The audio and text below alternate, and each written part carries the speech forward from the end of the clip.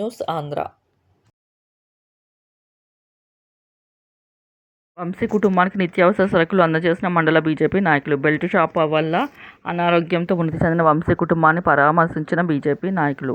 Prajabhoomi Jeelugumilli. Belt shop వలన అనారోగ్యంతో మృతి చెందిన వంశీ కుటుంబాన్ని మండల బీజేపీ నాయకులు పరామర్శించారు. జిలుగుమిల్లి మండలం పాలచెర్ల రాజవరం గ్రామంలో ఇటీవల మృతి చెందిన కాకాని వంశీ వయసు 22 సంవత్సరాలు. వారి కుటుంబ సభ్యులను పాలచెర్ల రాజవరం గ్రామంలో ఇంటి వద్ద పరామర్శించారు. కుటుంబానికి నిత్యావసర సరుకులను అందజేశారు. ఈ సంఘటనపై పలువురు మహిళలు పలు ఆరోపణలు చేశారు. నేటి వరకు కూడా గొలుసు దుకాణాలను తొలగించకపోవడంతో వారు వ్యక్తం చేశారు.